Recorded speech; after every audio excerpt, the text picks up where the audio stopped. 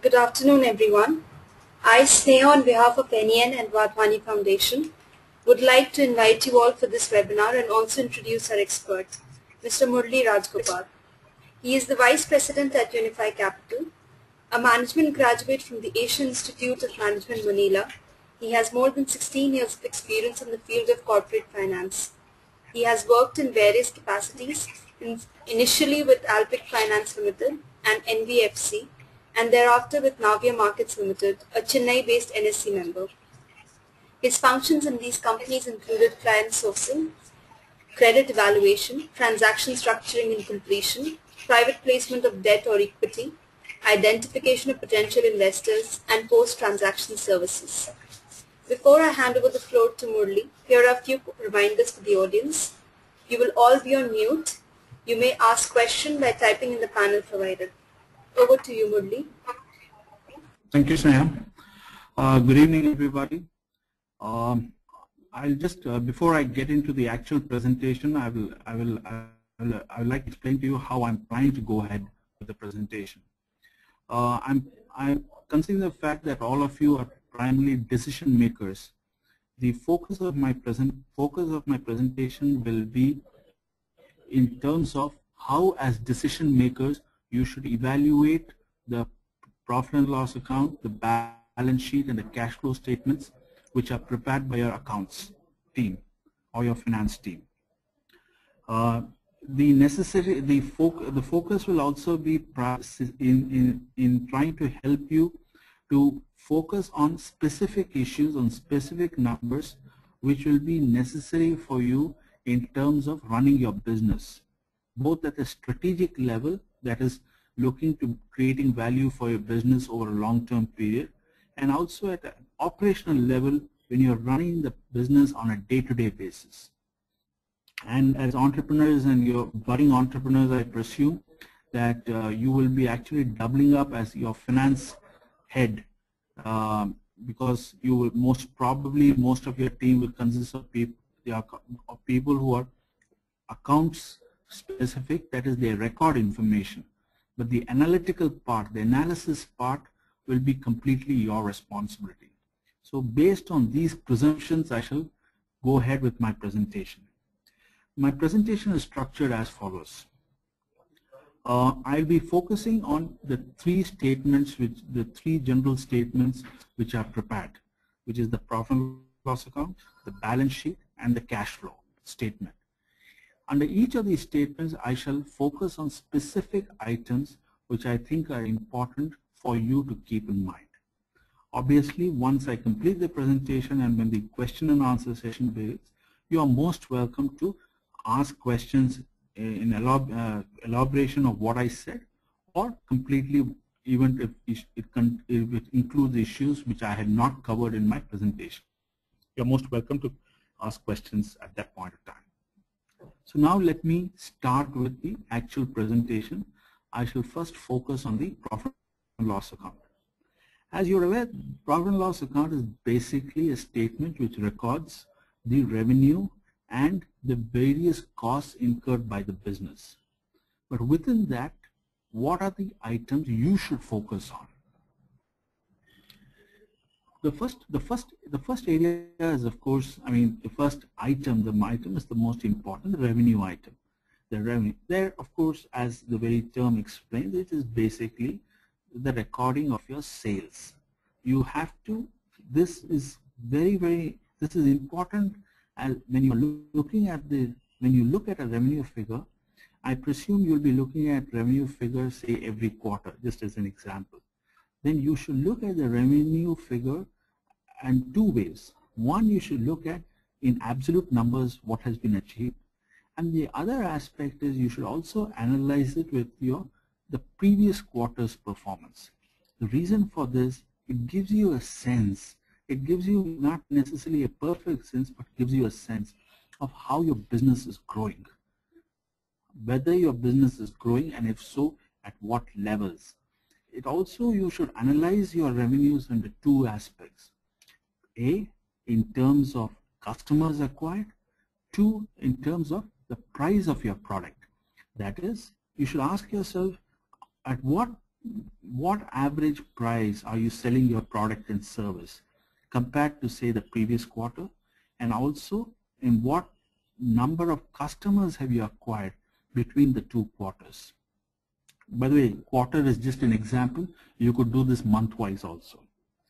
This will give you, I mean, as real, you will be surprised when these numbers are, which look so simple, that when you direct your focus on these numbers, it brings you a sense of where you're going.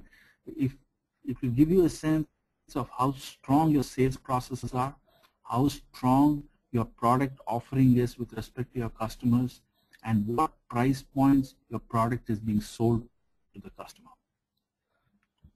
Then once you, after the revenue is, after you have analyzed the revenue, there is something which is called COGS, or the acronym, or it's an acronym for the term cost of goods sold.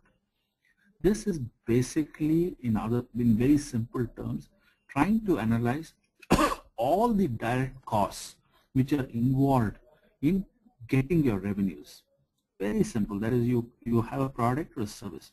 What are the costs which you can directly attribute for delivering your service or in creating the product? You must be careful that you correctly identify these costs, and also you must be careful that you identify all the relevant costs. This is very, very important.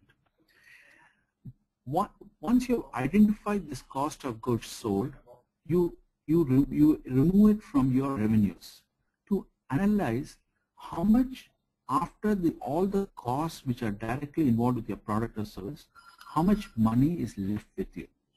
That is, if you sell for 100, if you sell for 1 rupee, if your cost of goods is 60 paisa, in other words, you are saying, I have got 40 paisa after I have paid for all the direct costs which are involved in the for building my product or service.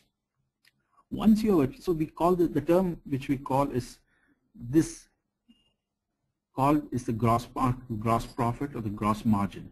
That is, after all the direct costs are removed, what is remaining is the gross profit. And this is important, very important. In other words, you're saying for every rupee of revenue, after you have eliminated your direct costs, how much are you earning? The higher the gross margin, as you will understand intuitively, higher the gross profit margin, the better for the business. What it basically says, or at least sends a message, that you have strong pricing power. That is, either you run a very efficient business such that after your direct costs are removed, you have more money, you have sufficiently higher money to spend for other expenses. But one thing you must keep in mind, if the gross profit margin is negative, that means you are in trouble. That means, in other words, you are selling your product below your direct costs, and that is definitely not sustainable for most businesses. That fundamental message, you must keep it in mind. So once you have crossed the threshold of the gross profit, the gross margins, and you have arrived at that, then you look at all other costs. Every business will have other costs, like other set of, you will have employee costs other than what was required for directly producing your product. That is, you'll have administration, you'll have your marketing costs, you'll have rental costs, electricity, travel. So all this, from where is it going to be paid? It's going to be paid from your gross profit. That is very important. So now you'll be able to appreciate the fact that higher the gross profit, you have greater buffer to pay your operating costs. In this context, you come to the term EBITDA. In other words, once from your gross profit, after you remove all your operating costs, and operating costs are costs which are not direct to the delivery of your product, but are directly involved with regard to your business. Those costs, when you remove it, you come with something called EBITDA. That will give you the money which the business, this is a very important figure. What it tells you is, after all the key costs of the business are paid, how much does the business earn? Because I'm sure every one of you, the entrepreneur, is here for a profit. That is what it is. That is, at an operating level, after you finish all these expenses, if you're left with any money, that is earnings before interest, depreciation, and tax.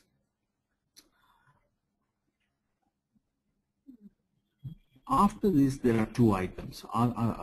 So, no, I'll just continue being in the term EBITDA. What EBITDA gives you a sense of the direction of your company. If EBITDA is low or close to zero, you realize that your company, you are either having very high costs such that you have to reduce the costs so that you can increase your EBITDA. Otherwise, you have to increase your gross margins. Of course, it's easier said than done. It's not so simple, but it makes you then reflect from a strategic level how you have to position and improve your business such that you can achieve this. Keep that in mind. All these terms, all these metrics are sending you a signal from a strategic perspective and from an operating perspective. Then you come to something called interest. This is an item which basically says, in case you have borrowed money from somebody, and then for that either from a bank or you're taken a loan, the interest for that is the cost of the debt which is reflected as interest is involved in this, and this is paid from that EBITDA. Why this is important is there are businesses which may be at EBITDA level positive, but once the interest is paid, then they either become loss making, or their profitability is reduced significantly. At these times, it again is a signal to you that either you are borrowed more than what you can chew, or the cost of your debt is very high and you must renegotiate the cost of debt. But this is something you'll have to take a call at that point of time. Then finally, of course, it is tax. I think it's self-explanatory, the income tax which every company has to pay, and post which is the profit which is available to be divided among the owners of the company. Let me now take you just as an example how each of these items impact you. Just let us look at this sheet. Let us say I'm assuming revenues are 100, your direct costs, which are production costs, are 40, and other direct costs are 30. So your cost of goods sold is 40 plus 30, which is 70. Your gross profit is 100 minus 70, which is 30. Just see how this can change. At 30 rupees, you're operating at a gross margin level of 30%. But let us now make a small change here. Let us say your costs becomes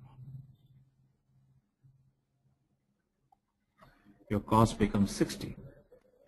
Your production cost becomes 60. Please see the immediate impact. Your gross margins have come to 10%. And now at 10%, now just let us keep this at 10% and see what happens. Your gross margins at 10%. Let us see, now we go to your operating costs. 10 rupees, employee costs, rental costs, 2 rupees, travel admin. Total operating cost is 32. Your EBITDA is minus 22. In other words, your business has not earned sufficiently to pay for your operating costs. So you have only two choices.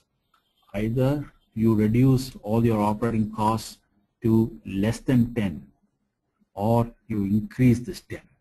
You have just two choices, and that is what you'll have to make. Either, let us say, for example, what I mean by reducing your costs.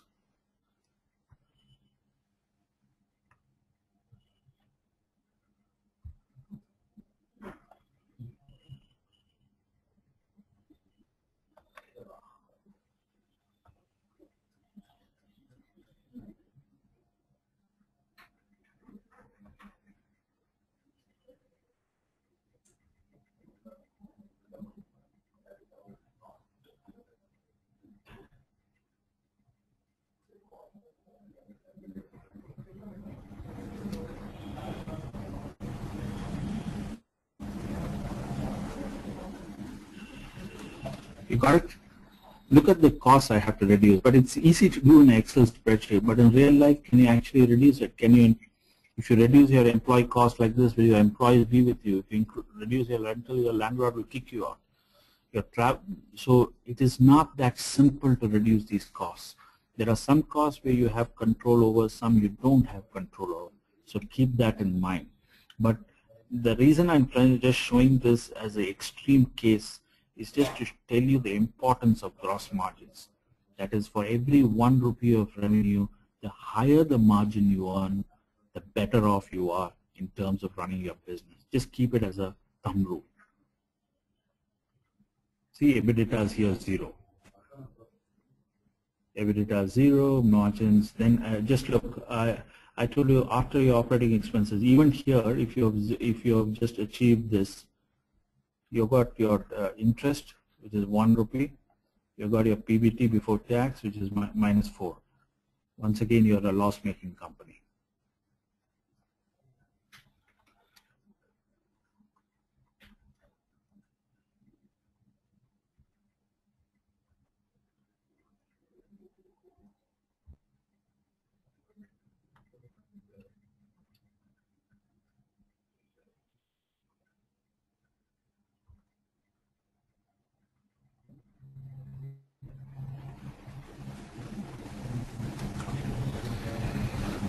Yeah. So the question here is, as I told you, is keep your gross profits as high as possible. So let us now bring this gross profit. This gross profit, say, back to a more respectable figure. Okay. So here your gross margin is 40%, and increasing your marketing costs, your employee costs. So you made a 24%. You have made a 24% operating margin. You paid your interest. You've got PBT. You've got tax. You have made a profit.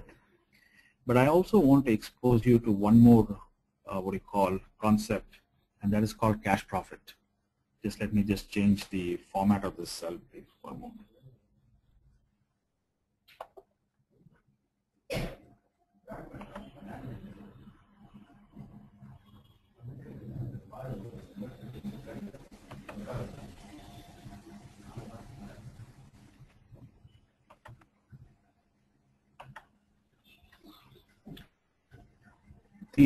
See, as a decision maker, you are not just looking at profits alone. You are also looking at something called how much actually cash you have in the system. In that context, I want to talk about a term which I did not talk earlier. That is depreciation. I think most of you are aware about it. In the balance sheet, you buy assets in your business. You buy plant and machinery, or you buy something for which there is a concept of depreciation. And depreciation has once you buy the machines, that's the only time you pay the supplier, and it ends, the story ends. Depreciation is something which you put it into your profit and loss account because you get a tax benefit. That is, the income tax authorities allow you to deduct depreciation before paying tax. But it's a non-cash item. So look at this. You are at you have something called here, profit is about 13.6. But actually, you have got more than 13.6 in terms of cash. I think I got the formula wrong. I'll just correct it.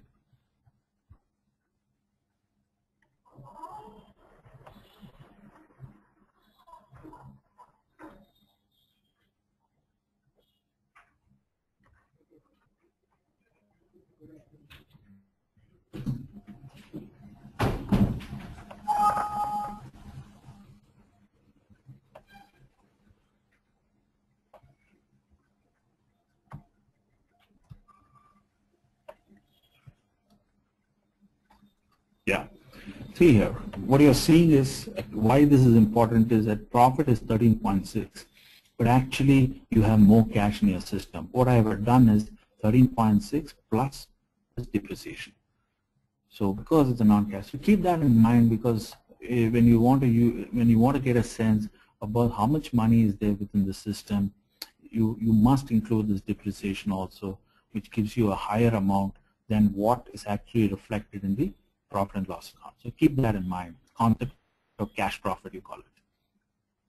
So, and the other aspect, there's one more term which I wanted to bring, a concept which I wanted to discuss with you is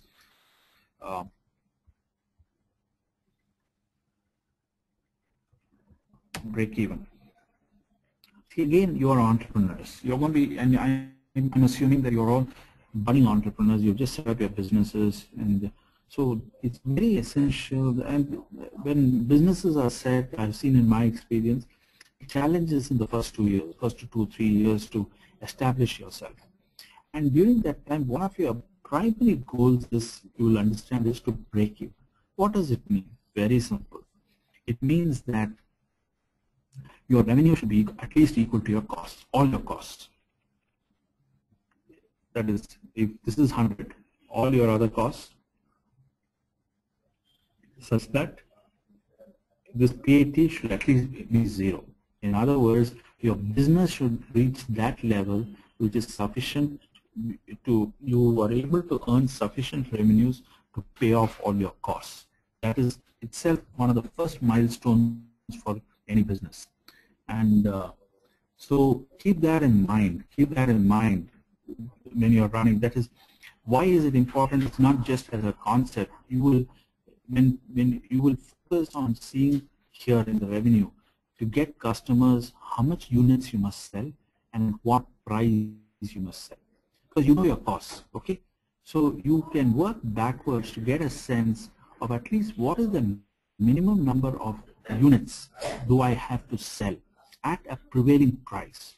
So it really focuses, always you will be focused on seeing either you increase the number of units and lower the price, because if you feel the customer will come at a lower price, but then obviously you have to sell more number of units. So this is a very, very active metric. Keep it in mind. It's not a simple mathematical one.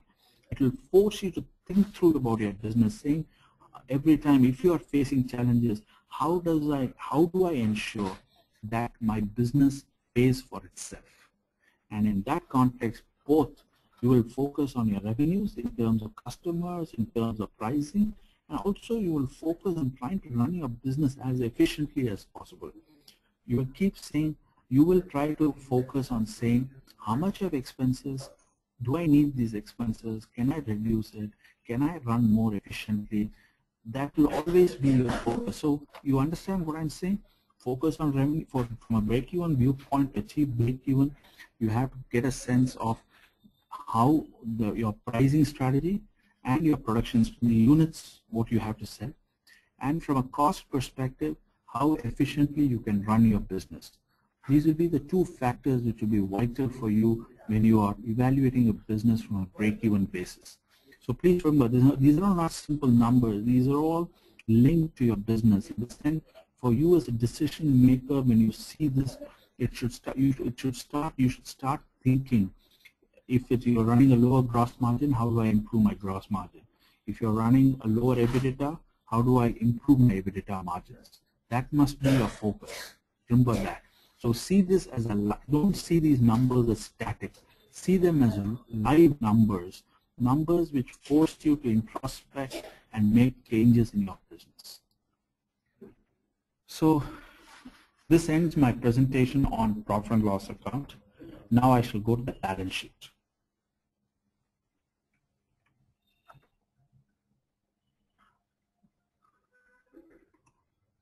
Okay.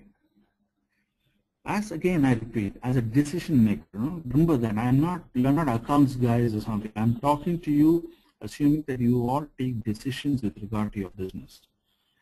First is the capital structure. What does this capital structure mean? It's very simple. I'm sure you guys know it already. It is saying, how do I fund my business? That is, your business, every business requires money in the beginning itself. So that money, from where will it come? You have only two ways to get it. One is equity, and the other is debt. You remember that when we were doing the profit and loss account, we were talking of interest. So that is connected with debt, as you're already aware. So the question is, it's very necessary for businesses to get a right mix of equity and debt. But frankly, many of your businesses, what I've been given to understand, are evolving businesses. Actually, debt is quite difficult. At least to get debt from banks, it is a challenge. Though frankly, there are some banks like State Bank of India and all which have a SME segment. So maybe they are more open to looking at debt from companies like you. But always I've noticed for smaller companies debt is a challenge. But it is essential that every business must be funded by equity and also preferably debt. But the mix has to be, you have to get it right. And that mix is concerned with two aspects. With regard to debt, you have to be careful how much debt you take, because it's not only paying the debt off, but paying the cost of debt, which is interest. So that is a function of how much business how can you do. Again, let us go back to that earlier discussion we had about P&L. This is the key issue, your EBITDA, your operating margin. How much margins you can build in your business, because only from here you're going to pay your interest. Remember that. And higher your margins, you have more buffer to pay the interest. But also it is linked with one more thing, is variability. How variable is your business? How sure you are about your revenues?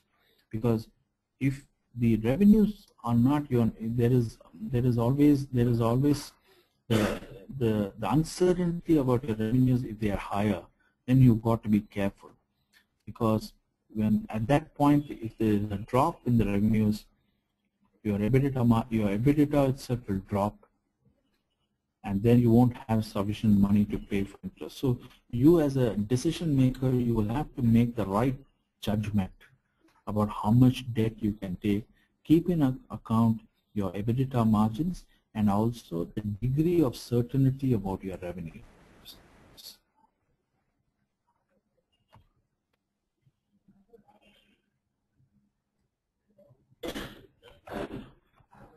So this is with regard to the capital structure. Second is working capital. Oh, this is so important for businesses like you. It is worthwhile to understand what is this working capital. Working capital is basically the assets you have which are required for the day-to-day running of the business.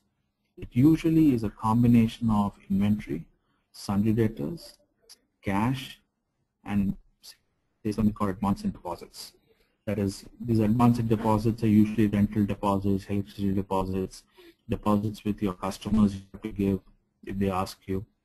And so, in other words, this is the figure. This is the current assets. Why this is important is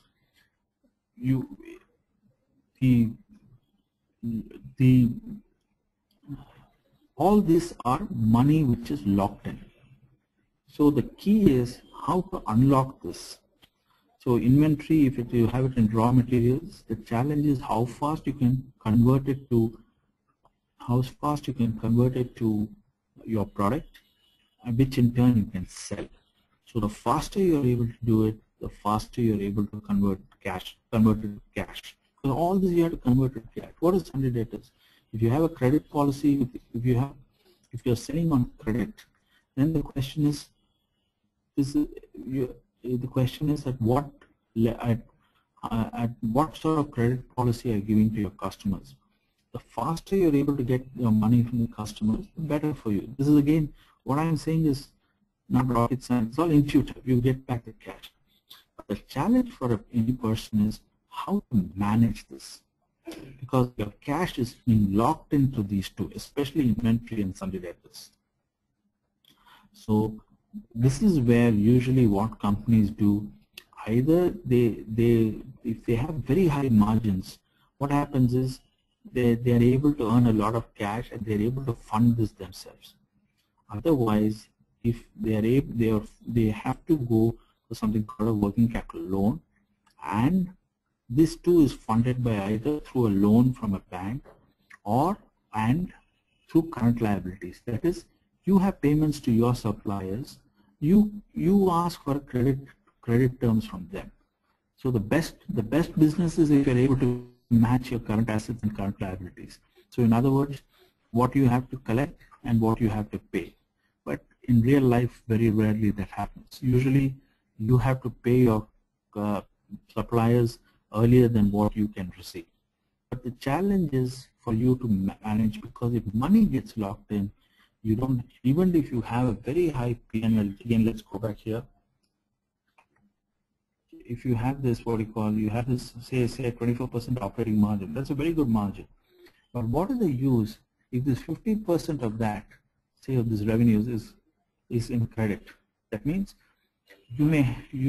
technically you may be earning 24%, 24 rupees, but but 50 rupees is already locked in. Say 50% of this, if I say 50% of this is locked in terms of payments to be received from your customers. So that 24 is actually illusory because it's already locked, it is lying with your customer. So you can appreciate that it is imperative that you must be able to get back the money from your customers as quickly as possible.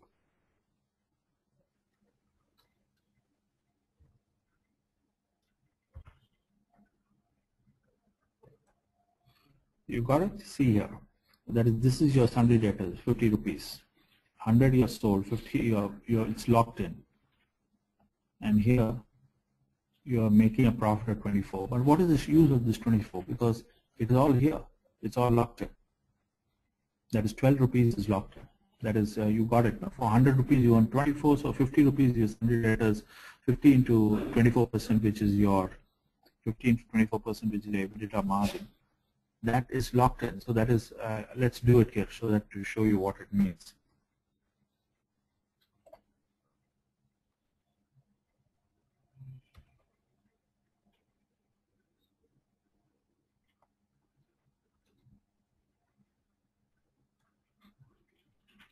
So this 12 rupees. So this 12 out of this 24 rupees, 12 rupees is actually locked in. You don't have that profit.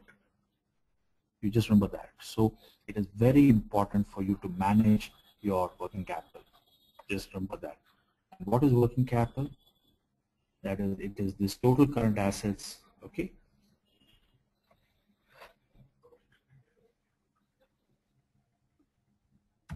Minus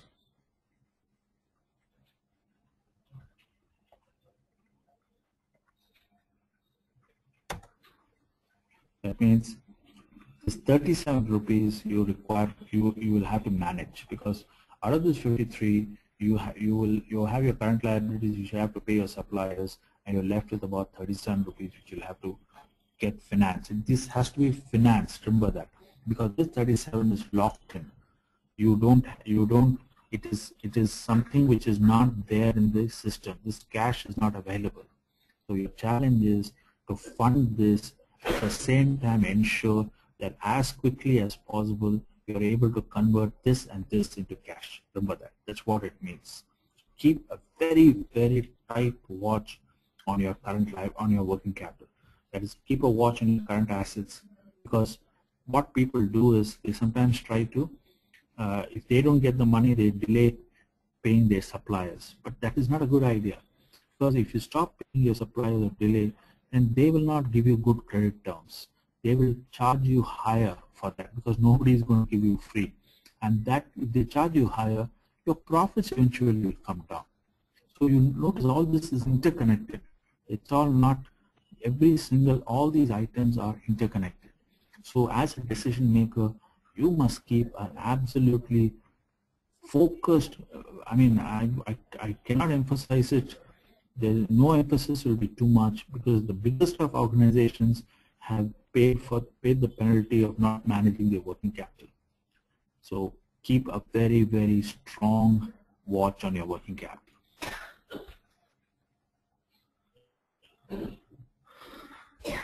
The last is, of course, ROE.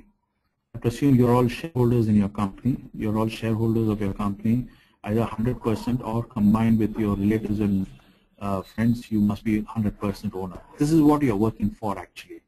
That is, you are saying that this is my equity. This is the equity I pumped into the business.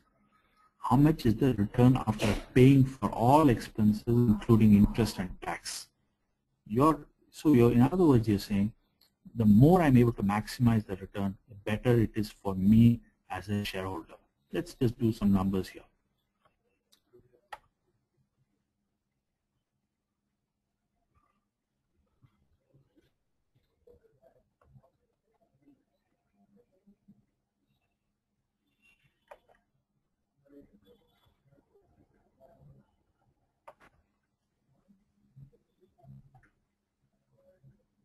Your profit after tax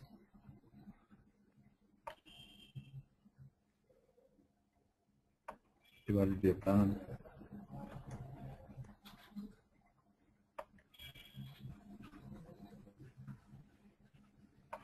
%. So in other words, what you are saying is basically, for every rupee I invest, I get 18% from my business. It's a little crude way of saying it, but that's what it is, return on equity. So you can appreciate the fact that better you're able to improve this rate, the better it is for your business. For not for your business, for yourself, for the shareholder. This is after all, this is what you're working for. You are working to improve this. Remember that. That is your challenge finally. I think if you just keep this number in perspective and then you work backwards, you have absolute laser clarity about your business, in the sense what all you have to do to improve this number. But keep one aspect in mind. In the name of improving this number, don't cut certain costs which are important for you as a business strategically. Remember that. That is, when I mean strategically, that is, they have long-term impact. So some companies, in the name of improving shareholders, I'm telling you at an extreme level, there are some companies which have cut their research and development costs because it improves, at least in the short term, their return on equity. But that is illusory and that is very short-termish. Because if you cut down in R&D, then your ability to produce newer and better products comes down. And then your ability to compete in the marketplace becomes much more difficult in the long term. So keep that in mind. In the name of improving your return on equity, don't do things which negatively impact the business in the long term. So in this I now complete my presentation on the balance sheet. Now we'll go to the cash flow.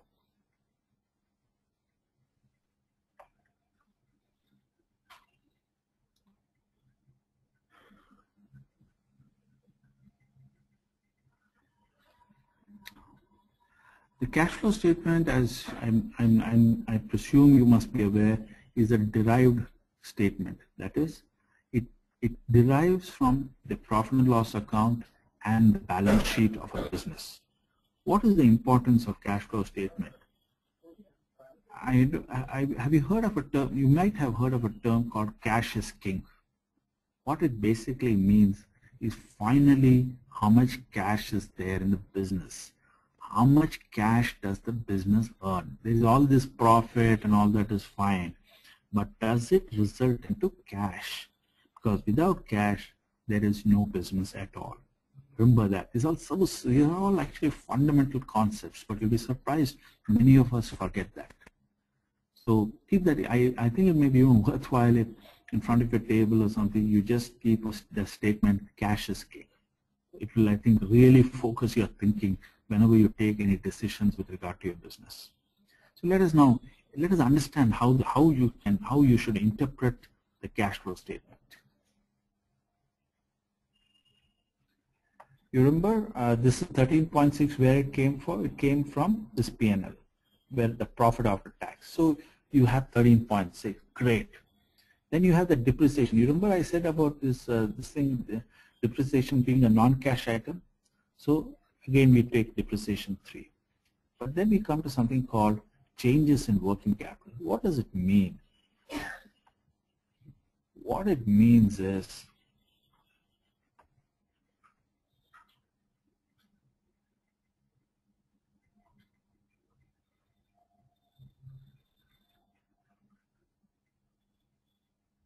just one second. Yeah.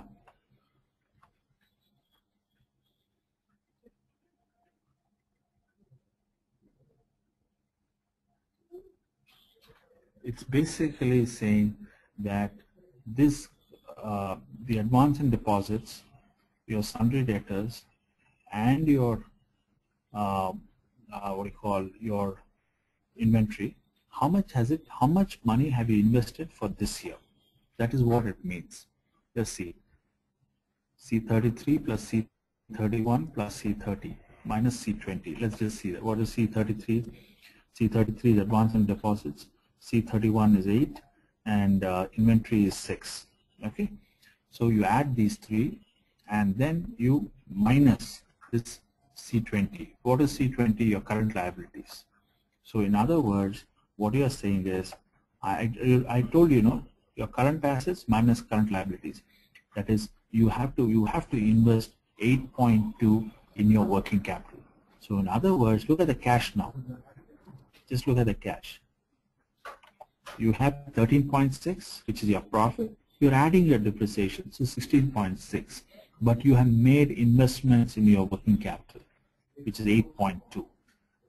This is called, by the way, net current assets, to be precise. You're invested in your net current assets after deducting your current liability. See, it's 8.4. That is what you have in terms of cash. And let us assume that you are purchasing some fixed assets. Okay. I'm assuming you're purchasing a fixed asset for your purchase, which is about 70. Okay. And you have, that is, you have spent 670 for your, then you have raised equity of 60, you have raised debt of 30. So 90 rupees you have raised in terms of equity and debt. You remember I had spoken about capital structure. This 70 is the asset you are spending. So how much is the cash you have? You have something called 28.4. How did this come? That is, you just can add it up here. From your operations, you earned 8.4. That is from your business.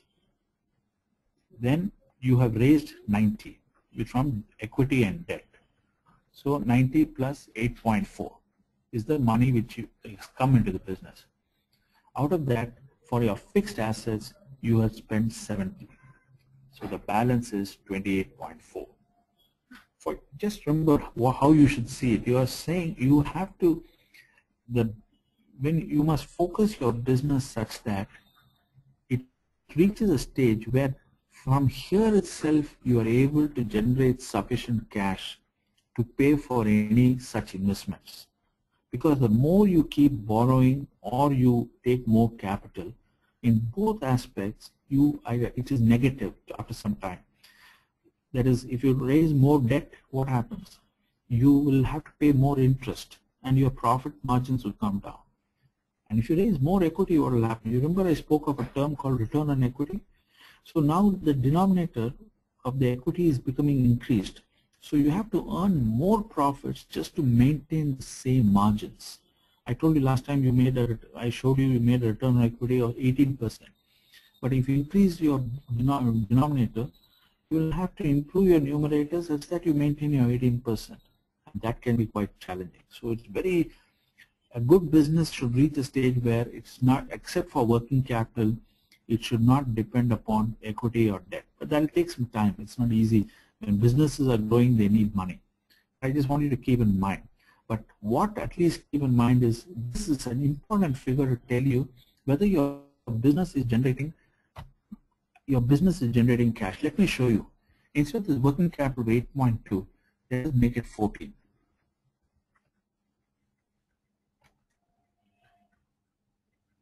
Not even 14. Let us make it 18. You got it? If you have invested more in your working capital, even if your profit and loss account shows you're profitable, but this tells you that your business itself is not generating cash. It is not generating cash because money is getting locked into working capital. So keep that in mind. No? Always keep this issue in mind. It is not enough to look only at the P&L. The P&L sometimes can be, the profits shown in the P&L can be very illusory. Because when you look at the cash flow, and the cash flow shows that actually the business is not generating cash because the money is locked in. And why it's locked in? say working capital, if you're putting 18, that means maybe your customers are not paying you. So in your profit and loss, you would have shown those customers as revenues. So you're showing a lovely profit. But when they're not paying, then what is the use? So do you understand what I'm saying? I think now you can better understand that term called cash is king. That is what it means. Be very focused on this figure. Is my business actually generating cash? So this ends my presentation on the 3 statements, and now I'm open for any questions if you may have. Thank you. Thank you, Murali. We'll start with the Q&A. We have the first question from Alpic Jain, and he says, okay. Is the salary of sales people included in COGS or in operating cost? It's a good question. Usually the salary of salespeople are included in costs, not at COGS. Not at the COGS level, but at the cost level. That is this one. Here. Usually it's included there. But yeah, that's what it is.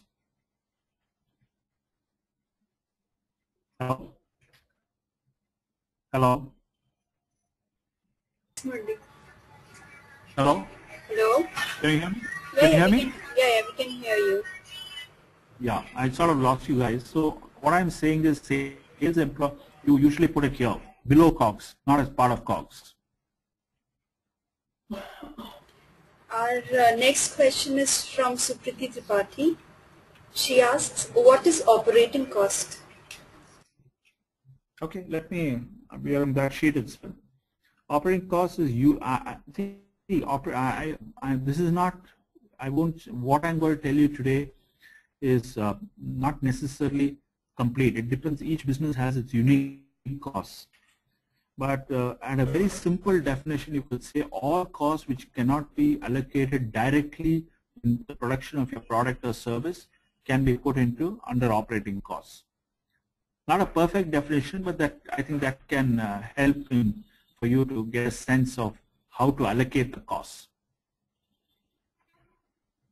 But usually these are the costs: marketing and sales, employees, rental, travel. Admin will consist of electricity, stationery, internet costs, telephone costs, etc.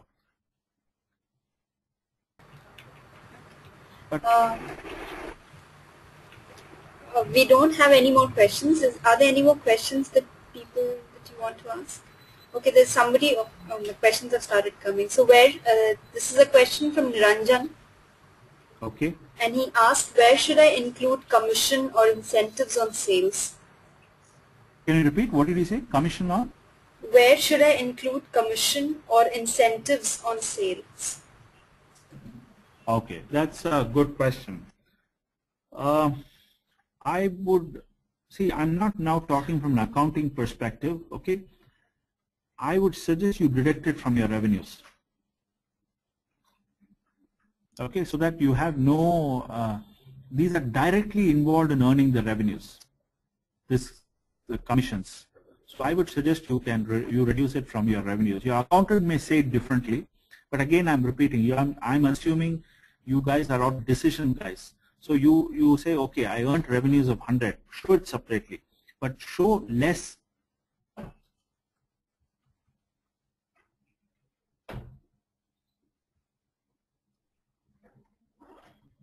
commission.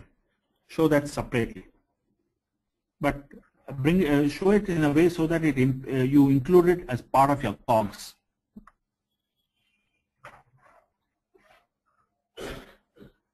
Hello? Hello? Yeah, we can hear you. Hello? Hello, did you hear me, Sneha? Yeah, we did hear you. It's about commission. What I said is include commission as part of COGS. Okay. If it's directly involved with regard to getting the sales, directly. He's also asking in addition to that, so you mean that am I supposed to pay it in cash and not include that amount in the statement? What is it? Should I pay it? For the commission only, he's asking, in addition to what he asked, that do you mean that am I supposed to pay it in cash and not included in the amount statement? No, I didn't say that. I just said include commission and show it. I said you include it as part of COGS. But however you pay it, whether cash or check, that is immaterial. No, it's part of your cost structure. That's all I'm saying. Let us put it. If he's just telling it. Am I coming clear, Sneha, on this? Yes, whether you're it clear is cash, whether it's cash or check, that is immaterial. The cost which is involved in getting your revenues. So show it as part of your COGS. That's all I'm saying. Okay, I think he gets it now. Our next question is from Vipul Jain. He asks, what costs to include in COGS in case of SaaS, software as a service model? Which one? As a SaaS model. You got to? SaaS model. Okay.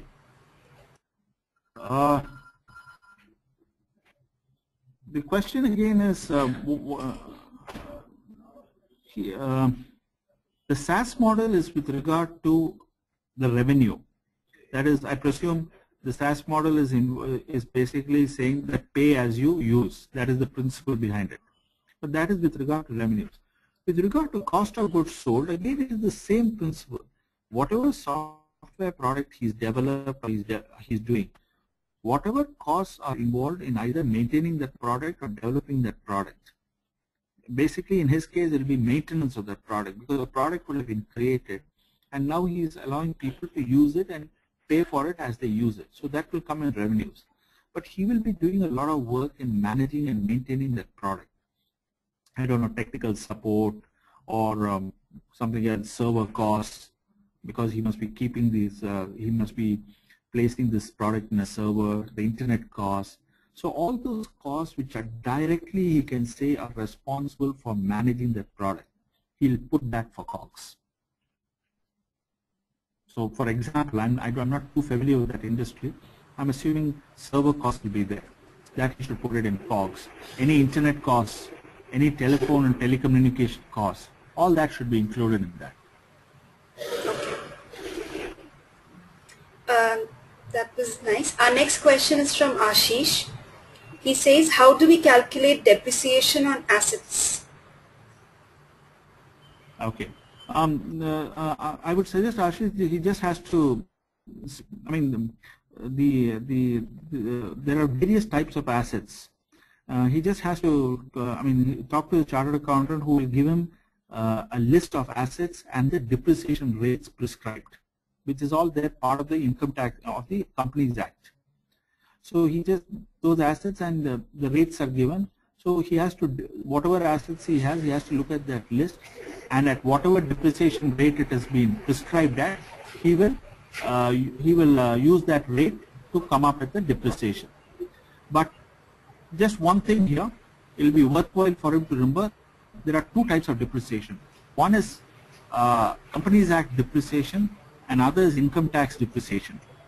The depreciation which is shown here, which I am showing, it is assuming that it's Companies Act.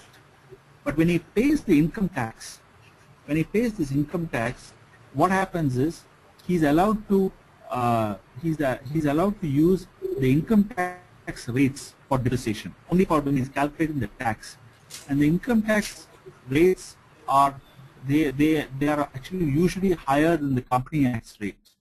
And because it allows the taxpayer to take advantage of higher rates, because you can imagine if you do it at a higher rate, the depreciation will be higher, so there will be lesser profit, and that is lesser PBT, and your tax also will be lower. But to answer his specific question, how to calculate, he just has to ask a chartered accountant. The chartered accountant will give him a list from the Companies Act. He'll give the list of assets and the depreciation rates. Thank you, Murali. Our next question is from Prince. Hello. Yes. Prince asks, can you give some more examples where there are profits in P&L account but less profits in operational activities other than debtors? I presume what he's saying is, he's asking, can you give other examples? In other words, he's trying to say that, I presume, I would like clarification on that the P&L is showing profit, but the cash flow is showing something else. Is that what he means? Yes. Huh? Yes. Okay. Let's use this as an example. Let's use this. Let's say, for example, this operating cost is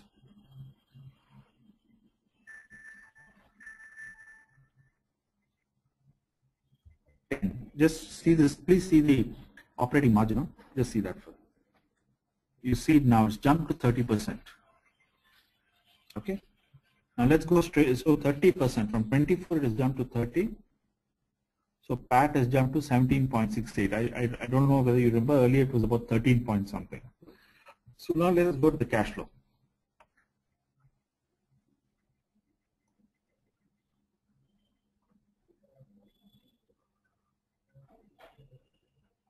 So here he has got 17.7. Huh? Great profits.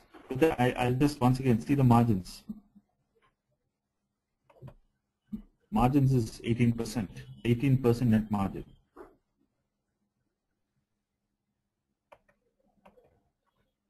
But just look at here. He's just got 2.7. That is because of this. 18% net margins. That is, for every 1 rupee of revenue, he is getting an income of 18 paisa. Just remember that. That is what this means. But once you include the working capital, he's actually having cash of just 2 rupees 70 paisa.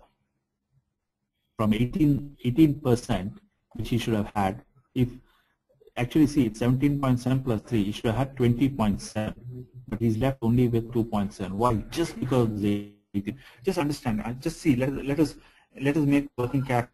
Let's just say 2. That is, you have invested only 2 rupees in working capital. Just look at this. It just jumps. Your cash jumps. So you can. I hope this helps him to understand how important this working capital is.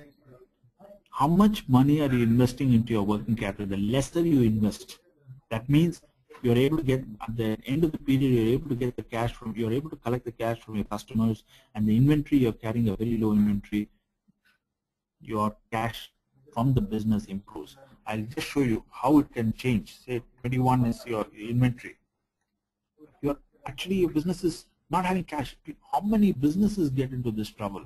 They show a great profit, but they don't have cash. Why is that? It sounds, I mean, I'm sure you find it intuitively, you can't accept it. If I'm making such a great profit, why am I not having cash in the business? That is just because of this. I hope that helps in better understanding it. Sure, it does. Our next question is from Abhishek Thomas. Yeah. He says, what does an investor look for when he looks at your financials? Anything in particular? First,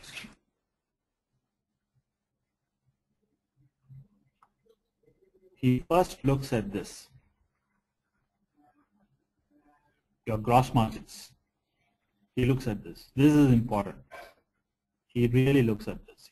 He says, can these guys, what sort of, from their revenue, from whatever they are selling, how much money are they able to earn after they pay off all their direct costs?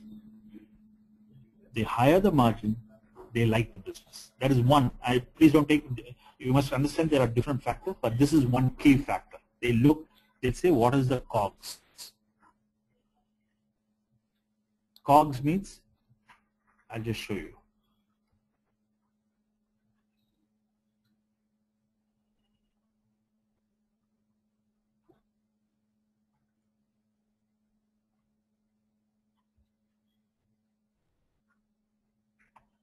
%60. In other words, they'll understand if COGS is 60, your gross margin is 40. Just see this. If I make this now 80, just watch this.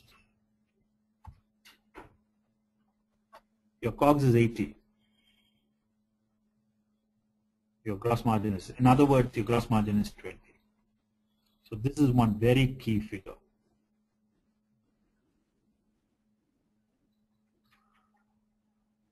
The second is your operating margin. That is the EBITDA margin or operating margin. How much, after paying all your costs, what sort of margins are you? But you're all evolving businesses. I'm keeping that in mind. So to tell you frankly, this is if any investor is looking at your type of businesses, they first look at the gross margin level. This is the key figure. And then the other figure which they look into is your working capital. Just remember your working capital, they will try to see, I explained to you in the cash flow statement itself, they will try to see how fast are you converting your inventory and sundry debtors into cash. The faster you're able to do, say, let us say you're able to show that within 1 month, you're able to convert everything into cash. That is, in other words, if you invest in inventory, in 1 month's time, you're able to sell it. There are specific ratios for that. That will I'll show it in some. I'll do it if there is another opportunity to talk to you. But just keep this in mind. And sundry debtors, you're able to show that you give 1 month's credit period and you're able to collect your cash. If you're able to show that your working capital cycle, they call it the working capital cycle. That is the money which is locked in. The time for you to convert the money which is locked in into your current assets into cash, the faster you're able to do it, they like it better. That is what they like. So to understand, keep that term, working capital cycle. What is working capital cycle? Your current assets minus current liabilities, whatever be the figure, how quickly do you convert it into cash? So does it take 1 month? Does it take 3 months? Does it take 6 months? So definitely if it's 3-4 months, they get a little worried. But if you're able to say in 1 month, 1.5 times, but that is also a function of the industry. Please keep that in mind. Some industries, the credit terms are much higher, so you can't help it. So it depends. The investor will have to keep that in mind also. But I'm just talking at a general level, what they look at. So keep these 2 minds, the gross margins, your working capital, and also, yes, you're working. I'm again telling you, as I'm again saying, I presume your business, my audience consists of people who are just starting their business. There are other things also people look at, but the investors who are looking at evolving businesses, they usually look at these 2: your gross margins, your working capital cycle, and also one more thing. Yeah, one more thing they look at.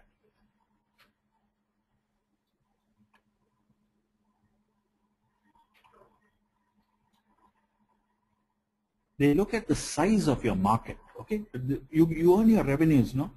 You earn your revenues because you're selling your products and services in a particular market. What is the potential size of the market? The larger the size of the market, they like it. That is better, because that means you can create value even if you get only a small percentage. Let me explain what I mean. Just think your business, your market size is 1,000 crores. Then even 1% of 1,000 crores is how much? It's about 100 crores. So, 10 crores. So even if you what you call, even if you do 5%, you will do 50 crores. So what I'm trying to convey is, the bigger the market you are, the bigger the size of your market, they find it more interesting, because you have potential to scale up even when you achieve a small penetration of the market. You understand? Even if you achieve 2% of the market, but you are able to get a revenue 2% to say 100 crores, then that means the market is huge. So that is fine with them. So to answer this question, they look at the size of the market, gross margins, and working capital cycle. That's it. Thank you, Murali. Our next question, hello. Thank you, Murali. Our next, we have the last two questions of the day. The question is from Vipul Jain. He says, are there other options in capital structure apart from equity and debt?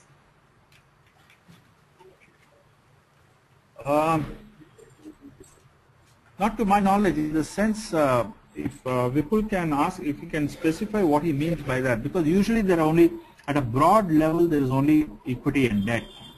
There are various hybrids, as they call it, which I don't want to go into it, it's a little complex. But there are very hybrid instruments. And even those hybrid instruments are basically a combination of debt and equity. So in other words, at a broad level, it's only debt and equity. And there are hybrid structures which capture the essence of both, a debt aspect also and also an equity aspect. But that is, I think, a little outside the scope of today's discussion. Okay, and our last question is from Abhishek Thomas. He's asking, during the initial stages for business, it is difficult for the cash flow to be positive. Is this something an investor is willing to oversee? That's a very good question, actually. He's right. Let us go to the cash flows. See, the investor will be able to, if the cash flow is negative at this point, let me explain first. Let us again make this 3. Okay. Please see here. You are buying a fixed asset.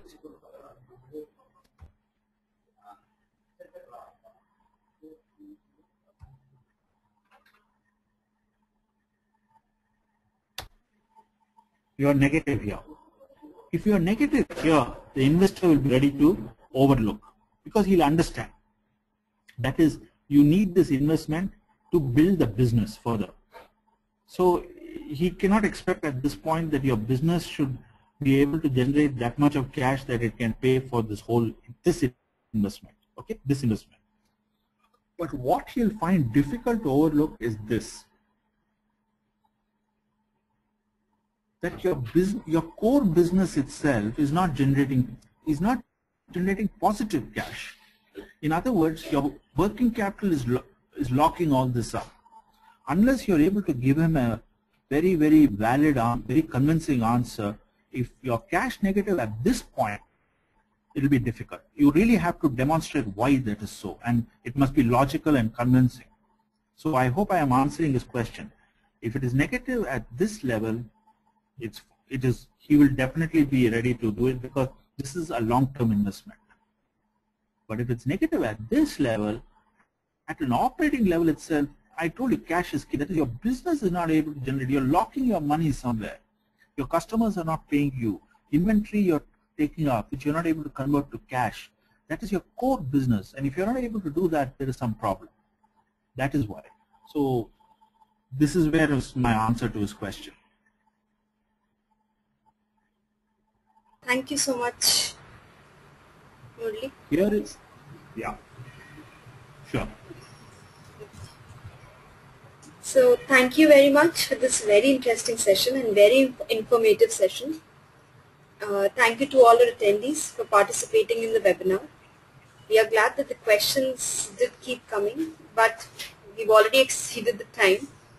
So you can send in your questions. We'll try to forward it to Murali. Please do send in your feedbacks and suggestions at eclub@nenglobal.org. And if you found the session interesting, please feel free to blog or post about it. The recorded version will be available to you. And you can also go to our YouTube link. It's eClub NEN Online. And thank you once again, and have a really nice evening. Thanks, Sneha, and thank you everybody for giving me a patient hearing when I spoke. Thank you very much. Thank you so much. Okay.